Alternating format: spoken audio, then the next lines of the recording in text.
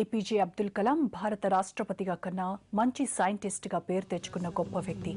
కలాం పూర్తి పేరు అవుల్ పకీర్ జైనులుద్దీన్ అబ్దుల్ కలాం. 1931 అక్టోబర్ 15న తమిళనాడులోని రామేశ్వరంలో ఓ నిరుపేద కుటుంబంలో జన్మించారు.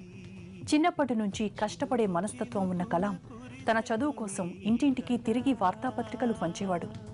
రామనాథపురం స్క్వాడ్జ్ మెట్రికులేషన్ స్కూల్లో తన స్కూల్ విద్య పూర్తి చేశాక తిరుచిరాపల్లిలోని సెయింట్ జోసెఫ్ కళాశాలలో భౌతిక శాస్త్రంలో పట్టా పొందారు.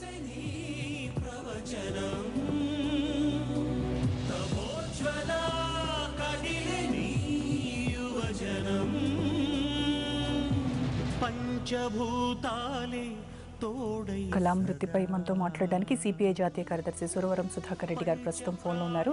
సుధాకర్ రెడ్డి గారు, కలాం వృత్తిని దేశమంతా కూడా జీర్ణించుకోలేని పరిస్థితి. సో ఏం చెప్తారు? మీకు పర్సనల్గా ఎప్పుడైనా కలాం గారిని మీరు కలవడము, అతనితో మీకున్నటువంటి అనుబంధం? ఆయన అధ్యక్షుడిగా ఉన్నప్పుడు నేను పార్లమెంటు సభ్యుడిగా ఉన్నాను కాబట్టి వారితో కలిసే అవకాశం కలిగింది. అంతకుముందు కూడా హైదరాబాద్లో ఉన్నప్పుడు కూడా ఒక పర్యాయం ఆయన కలిశాను నేను. ఆయన భారత రక్షణ వ్యవస్థలో అతి కీలకమైనటువంటి మిసైల్స్ నిర్మించడంలో చాలా కీలకమైనటువంటి పాత్ర నిర్వహించారు.